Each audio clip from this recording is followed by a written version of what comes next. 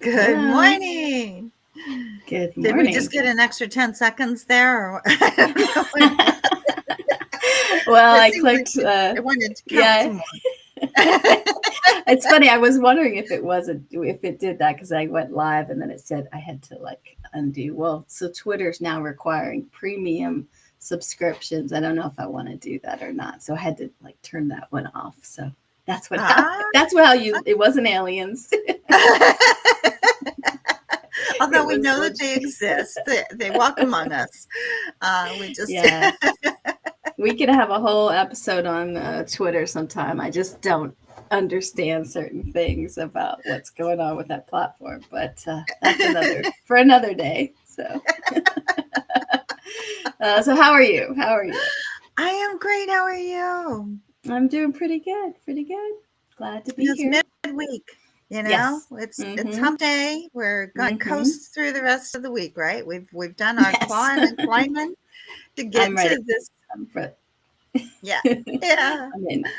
Oh my gosh. Well, So, what do we got for today? exciting stuff as always, right? So Yes. today They is all remind about. me I have work to do. Oh, okay. That's what this does. It's like, oh, I need to do this a little better. So, We walk away with just as many to dos hmm as our audience does at the end of these yes, sessions. So I yes, think because that's the end pretty of the cool. day, sales and marketing is there's always an evolution and a progress. So that's I think Yes. why. Absolutely. And, for what we do around here, you and I, Hmm is we try to make it, as easy and just giving little tidbits of advice. And hmm today it's all about email automation hacks hmm and really how to nurture leads and really convert more sales. And Right. as you and I were talking before we came on, it's summer and it's hmm slow, and hmm it's slow for a lot of people, right? So hmm I think this is the perfect time to talk about leveraging automation hmm to really help keep our brands out there and, Right. hopefully set up a lot of seeds that we can put into the pipeline in the next hmm couple of months. Yeah.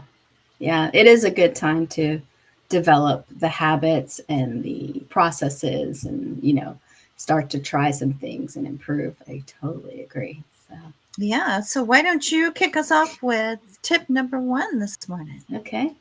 Yeah. So, the first thing that I thought of when we were brainstorming this topic was a little bit about, what do you do for new leads, right? So it's cold outreach. It's somebody maybe you met but you didn't really get to talk to deeply at a conference or somehow online, like the sort of that new lead outreach. And obviously, the more they are a fit, better it is, right? The more they are really a good fit for you, the more you can get a little deeper with what you have. But I've got, one example I think that we'll talk about for the new leads. But what I think is important is to structurally just take a document and write out a structure that makes sense to you. So if you're looking at cold outreach, um, take a structure and I have a few that I've tried, right? So one is you want to have some type of intro email, right? That's not uncommon, that's pretty straightforward. But what I want to do is in a document, I don't want to start an email until I have this, but I want to understand 7 to 10 steps of a chain of emails before I start anything, because I want to have this, whether I'm using a tool like a HubSpot automation or some other tool. I want to have, or if I'm doing it manually, which is totally possible, I want to have something set up for me. And so I'll just share one that I have. But the intro email, the more you can know about company name, what they do, maybe something recently they were involved in with LinkedIn and Sales Navigator, so easy to see those things. But you want to have something that's really much more of a traditional, hey, I think this is what we do. This is, just there's some formats, but it's really not sales. You have to like get to that friendly approach. Mm-hmm. So you sort of want to look at that. So before I go into the segments, we'll just talk about, we want a series. We want to like lay it out on a document first. We want to really understand your value proposition, what it is, and who you target, who you have helped before. And then you also want to look at the personas that you're targeting. So we can use the personalization to in this process, their name, maybe something about the industry or the style or something like that. And when you use templates, they pop up and you can tweak them, right? Make them a Mm-hmm. little more personalized, but it just cues you into a structure, and it actually helps you not overthink things, right? So when you have a template, you kind of Yeah. work through, because if you're the type of person that overthinks an email or anything, that's going to really hurt you, and you're going to dread email day, all the time. So that's a Yeah. big, part of it. So mentally. So I like to do like intro email, and then I'll follow up with some kind of, direct response. If there's any kind of response, I'll have some kind of follow up. But then I'll alternate sort of helpful things, like a value email, right? Hey, did you know that this is what's happening? This is how LinkedIn works for you. This is whatever, whatever. And then I'll Mm-hmm. alternate that with a very short, like 10-word email, right? 10 words, no more. Da, da, da, da, something like super digestible, because you want to get to know them, and you don't want them to opt out if they're a good fit. Now, I will also say here is, if they're not a good fit, you actually would like them to opt out, right? I Oh, mean, as yeah. weird as that sounds, let's get the opts out if it's really not a fit, but try to make that stuff so valuable that it is helping them. So Yes. value, tell them something, share them something. And that's where you can start to get in to say, hey, I had a client who was doing this technology implementation. They were attending events. Here's what we did with them. I thought you might learn from that. And then the short email um, could be whatever it is. Hey, did you know something's coming up? How, are you ready for it? Like, just Mm-hmm. really alternate those emails so that you can keep them in. And then once the series is over, you have to decide what's next. Do you want to call them? Do you want to try to LinkedIn, like try another route? Or do you want to put them into another sequence 3 months from now? So that's Yeah. kind of that new lead thing, the cold outreach, but you really have to test and learn over time. And you Yes. can, with sequences, I don't know if you're familiar with those as much, but with HubSpot sequences, with one sales seat, you can do this. You create that that 9 email sequence, or whatever it is. You enroll people in it, and then you step away until they Mm-hmm. reply. They stay in the sequence. You don't have to worry about them. You can think about, who else can I enroll? So that's my thought on the new leads. I know you do a lot in this area too. Is there anything you've Yeah. seen that you want to add to that? Yeah. I think the the process is similar, whether we're talking about new leads or re-engaging dormant accounts, Mm-hmm. which is what I was going to speak to. It Mm-hmm. is about setting up the content ahead of time, much as you would create that content calendar for your social media, Mm-hmm. or your other marketing efforts. It's important to have that plan in place for the email marketing sequence too, Mm-hmm. so that Mm-hmm. you can kind of set it and forget it. And when it gets to that ninth email, and okay, then they drop out. If they haven't responded at all, they drop out for 2 or 3 Right. more months, and then you try to re-engage them all over again. Mm-hmm. But it's Mm-hmm. it's really thinking through that content. And I read something the other day on LinkedIn, and it rang so true for me. One of these, marketing top voices on LinkedIn was, and I forget her name, but she was talking about um, that cold email is not for selling. It's Mm-hmm. totally for marketing. It's for educational Yep. purposes, right? Totally agree. Yeah. And Mm-hmm. someone that's been in sales her whole career, I'm like, I want to get at it. Yeah. Mm-hmm. I want to talk Mm-hmm. about the benefits. I want to talk about all of this in the very first email. And I have to keep pulling myself back, because Yeah. that's not the placement for it. Not yet, Yeah. especially when you're dealing with a lead that has no idea who you are, Mm-hmm. may never have considered the type of service that you Right. offer. right? And certainly Or the trust is not there yet, right? yeah, There's no established thing.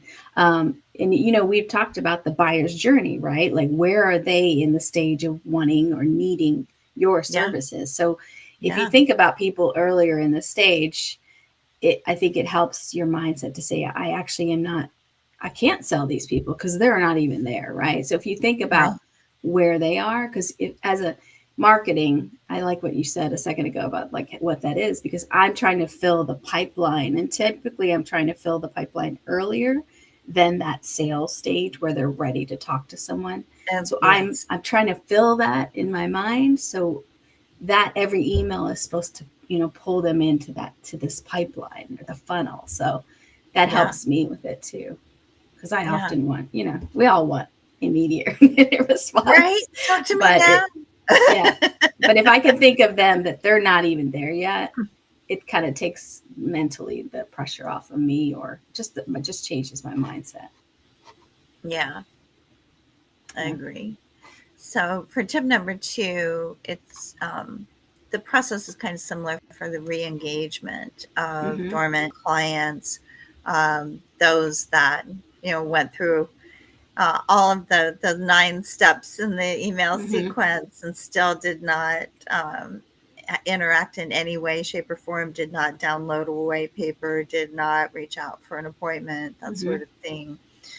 And it all boils down to really how are you going to re-engage interest there, right? Mm-hmm. Mm-hmm. So for me, I think it falls into 5 buckets, right? If that you can look at creating the content around curiosity, Mm-hmm. So this is where your subject lines, really need to be different than everybody else's, right? In these Right. Right. areas, offering immediate value, creating a sense of urgency. I'm going to go into some examples in a second. Personalize and spark that interest, that conversation, and Mm-hmm. then leverage social proof.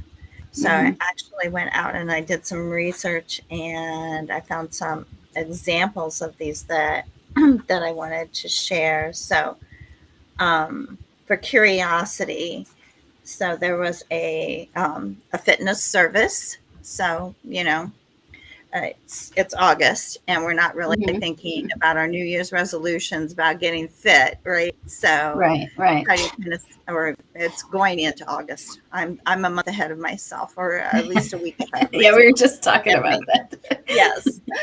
But this fitness service actually increased their open rate by 20% with this subject line. The one habit that will transform your workouts. Yeah, Okay. nice. Mm-hmm. And the reason it increased the open rates is because it tapped into that curiosity, right? Mm-hmm. And it promised a simple solution Mm-hmm. to solve their pain point, right? Yeah. I want to make my workouts more productive. I want to lose more weight. I want to gain more Mm-hmm. muscle, Mm-hmm. whatever those goals are, right? Right. So this really helped them. Yeah, A it's not consultant, overwhelming. I am not going to open it and get a book, right? So yeah, yes, that makes sense. yeah. Setting And the then you bar. can just simply go into the story Mm-hmm. and to learn more, let's catch up, Mm-hmm. text me, call me, email me, visit the website, whatever the call to action is, right? Mm-hmm. But you Mm-hmm. keep it short and sweet after you get them. The whole idea is to get them to open the email, right? Right. So that Right. subject Mm-hmm. line is very critical. Another one for a career coaching firm was feeling lost in your career, we can help. Mm-hmm. So that more spoke to, they had a 15% increase in open rates with that one. And it really spoke directly to their potential clients' challenge. I don't know what to Right. do next with my career. You know, Mm-hmm. I've basically, I've reached the pinnacle here, at this job, right? Right. What am I going to do next kind of thing. Mm-hmm. So, and it offers some immediate value. Hey, we can help you. And then when they open it, here's how we work with you, right? Mm-hmm. Again, short and Right. sweet on the inside, but it's compelling. in the subject line.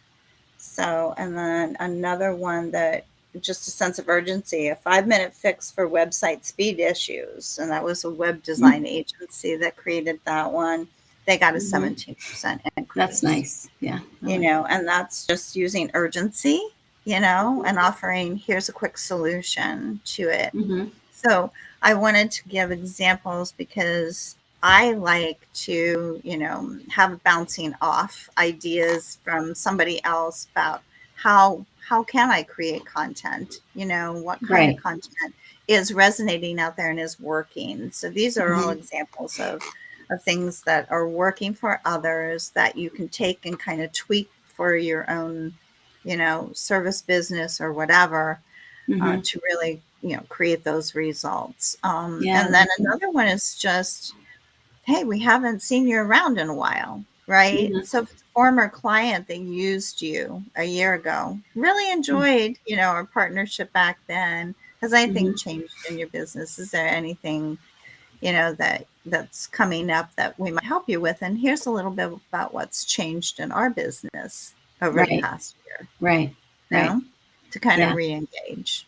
Oh, I like those. I think, managing like the contacts, like what group they're in, right? If they're in that sort of cold outreach, if they're, past, they were whatever. But I've also used like where if you want to transition someone, like let's say the cold email sequence, you've done it, you've tried a few things, you feel like it's just not the right time, but you've never heard from them, you don't really know, but it's a company that you work well with. So I've tried, even directly on LinkedIn or in an email, just say, I hope this information has been helpful.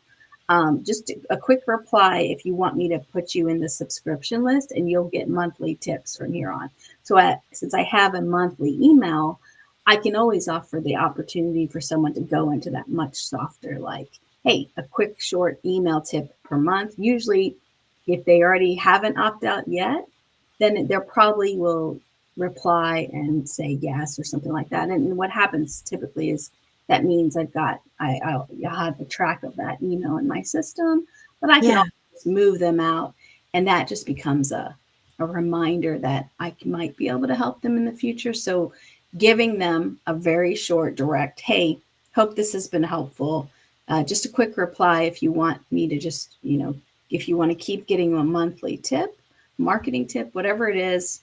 Otherwise, I can, unsubscribe you and whatever. So, you might lose a lot of people, but if you get a few people that say yes, that's really valuable, because I've always heard with sales, even early on, the more you can get them to say yes to whatever, like, is this the right audience for you? Does this make sense? Like, there's psychology with sales, which I'm not like a top A salesperson, but I know there's psychology too, right? Like if I ask you, does this make sense? And you say yes. And then, there's something about building trust with that experience. So I think the same thing's true with that. Yeah. I did also read a couple of weeks ago, and then I just started doing this last week. Someone recommended, if you're B2B sales and you're, looking at that senior level person as your contact for your emails, to only do emails on Thursdays and Fridays. And then she suggested sending the email on Thursday and then forwarding it again on Saturday, and just only adding, not sure if you saw this yet, wanted to get your thoughts. So take the people who didn't open it or didn't whatever, right? And resending that. That makes some sense. That would be interesting. I've never liked Friday particularly, but it might be, I mean, I think people's mindsets can be a little different in that time. So could be. Yeah. So I gave it a try last week. So those are still in the sequence right now. I was hoping to maybe get at least one response to see if Thursday was better than a Tuesday or something like that. But we're constantly playing with this stuff, right? There really isn't anything set in stone, and I think just give yourself some grace along the way. No, you're absolutely right. That's a good, yeah, a good thing. I was on doing a podcast thing the other day, and I spoke about humanity and being human, and we had a moment talking about that because I think it's really important to demonstrate your humanity and your that stuff Yes. in all of your business dealings. So yeah. Yes, when we're not perfect by a long shot, or at least I'm not. And So, so, yeah, I think showing that just and bringing your own personality is mhm, going to attract those that are going to enjoy working with you, right. Hmm. and that's Yeah. what it's all about. Those are the kind of partnerships that you want. Yes. So, what is tip number 3? Yeah. So, tip number 3, I was going to talk a little bit about like after purchase conversations or after someone has engaged with you or done something, a few ideas for that. And I will say, um, with the humanity stuff, like I do feel lucky that I've been in marketing sort of at the early days of the internet being so hot and then social media coming in. Like businesses were so scared at the beginning when Oh, yeah. social media and Google Yeah. was doing its thing. So, you know, there is an element I still think of, trial, error, risk taking, a lot of things that go into sales and marketing now. And I think you have to really embrace that, right? And that's where I think the humanity comes in, which is that, something that worked for someone else is not necessarily going to work the same for you, but it might, or you might learn something different. But you have to have a little bit of a courageous spirit, I think, to do some of this stuff. But I love that part. So, Yeah. yeah. So, uh, post purchase. So, obviously, still, I love the templates. I love some of the automation that you can have, and just not necessarily post sales, but let's say post call, right? So, for me, I do qualification calls. It's that first line of conversation with a sales prospect, right? So after, and I have a scheduled link that I can book from, and what I can set templates or I can set automations that happen before the meeting, before that first call or after. So, one example for that might be, let's say, before the call, right? So this call gets scheduled, it's 3 days out, and maybe, the afternoon before the call, the next day, I send, hey, I just want to remind you, here's some of the things we've done. Here's whatever. Could be something like that. Or maybe right after the call, I thank them for the call. And then I say, hey, I just want to show you here's a testimonial and a case study from a client who's very similar to you. Like all of this stuff is automated, or at the least it's thought about ahead of time, right? Nothing's less Hmm. true because it's automated, but it's just saying that, after I talk to someone, that's the moment where they could really benefit from understanding what I did for someone else and that they're happy and they still work with me. So using all the things you built as an owner, a marketer, a salesperson, but and putting it into, I mean, you almost need this big whiteboard in some ways in your mind or something of all the tools you have. But okay, Yeah. what can help this person right now? And then, Right. if you have a second proposal call, that's maybe when you shared pricing and maybe you have an ROI statement or what to expect 3 months in. Like, think about how people are feeling, how you're feeling when you're talking about spending money with someone. Like Hmm. anytime someone starts thinking about money, whether it's for a Yeah. TV or a car or a business or, partner, there's just all these things you're thinking about. And there's some people are more, there's personality traits for different things, but like try to think about what helps them and just come at it with a pure heart, if that makes sense. Like come at that Yes. with a, I want you to understand what to expect 3 months in, and how another client has processed, because the truth is in 2 months you might be like, oh, what did I do? And in 3 months you might be like, oh yeah, I get it. You have to push through and you have to get to the consistency. So, I think setting the expectations helps you with the client relationship down the road, but also it just encourages them. And I'll Yeah. say anybody selling marketing or sales to people, you look really smart when you show the tools that you might use for them as well. So Mhm. I've tried to really invest more in that, is to say the things I use, they will see that they can use them too. And Yeah. that's really quite valuable. So, um, and then, Yeah. so, just for, post things like obviously with consumer stuff, you can say, hey, people who bought this also bought this. People who bought this shirt, they love to pair it with this. There's all kinds of opportunities. You really just have to Yes. step back and look at what it is that you offer, what did they buy, and try to figure out where their mindset is. I think if I bought a shirt, I'm probably done thinking about it. So having hey, a lot of people bought these pants is like, oh, okay. You catch me at the right time on the sofa, whatever. It's like, oh, Yeah. maybe we'll get the sale. But for, B2B, you might have a different process. So, testimonials, video things, all that kind of stuff. And, I think that's important, and looking at the metrics, right? So you have expectations, open rates, right? Click rates, call rates, like what happens. So measure those, and it's a little tedious, but keep the measurements going, because you're going to have to understand what to expect and make your tiny improvements over time. So Yeah. You triggered me for a second because I was thinking, so we all have the Calendly links, or on the mm-hmm. website, reach out and book a meeting or whatever type of Right. thing. And sometimes if that happens and I haven't had the conversation or any conversation with that person, I know nothing about them, they just all of a Mm-hmm. sudden appeared on my calendar. Right. If there's lead time, what I do like to do is reach out with an email. Mm-hmm. And, even though we have the block, usually when we set up the calendar events, says, what information would be helpful, you Right. know, Mm-hmm. for me to be ready for. Nobody ever fills that in for Yeah. me. I don't know Yeah. if it's the same for everybody, but nobody ever fills that in for me. So Yeah. just reaching out and asking, what prompted the outreach, Mm-hmm. and what would they like to discuss on the call. Yeah. So make it all about Mm-hmm. them, Yeah. for that first discovery call. And that has worked very well to, Mm-hmm.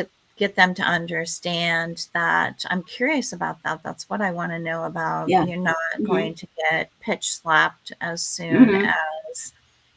as soon as you get on the phone with me. Yeah. That I really want to be a true consultant, and I want to Yeah. understand what's going on in your world. So Mm-hmm. that's, been helpful to kind of tee up that initial conversation Yeah. and make it a Right. little more casual and just inquisitive than, Yeah. you know, um, Yeah. presentation And stuff. prepping for the call, I think, is huge. So, like, you could even ask him, hey, I'm looking forward to our call.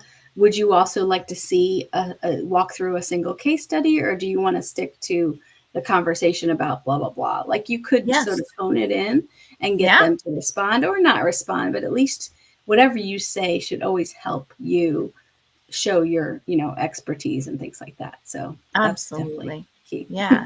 Totally um, agree.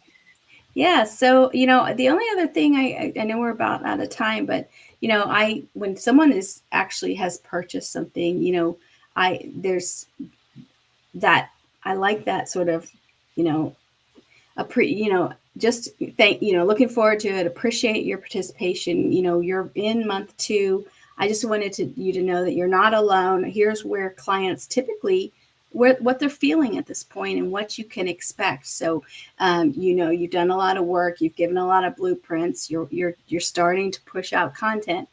This is the moment where we're going to transition to the engine starting for you, and then we're going to look at what strategic elements can we start creating. So something, right, to reassure Mm-hmm. them and to make them understand, because that's, you spent so much time getting this client in the door, right, and so much energy. Yes. um, you really want to make that as good an experience as possible. So Yeah. Yeah. And if mhm. you're implementing tech or something like that, what I used to do is on launch day, I would send their team like a dozen cookies or something that was, That's nice. customized Hmm. for the launch, whether it Yeah. had their logo on it or their colors or whatever, Hmm. and just say, let's celebrate together, even though No, that's a you're good, in yeah, that's Texas and I'm nice. in Florida, let's Hmm. celebrate together kind of thing. Yeah. You So know, think that's about true. I need to get more of that sort of warm, welcoming experience, like the realtor experience. If you ask me, they always do a nice job of that. We went through all this, stuff yeah. together. Now we've got to this place. Here's a basket or whatever it is. I like that. I'm going to take that to heart for sure. So awesome. Well, Well, we're until up. next week. Yeah. Yes, Appreciate everything we shared, and I got my notes as usual. So as usual, me too. We always kind of, bounce off of each other and create more mhm. ideas. So it's Yeah. awesome. But to the audience, thank you for joining us. Let us know what questions we might be able to answer. If there's anything else Mhm. that you want us to deep dive into. Until Sounds next good.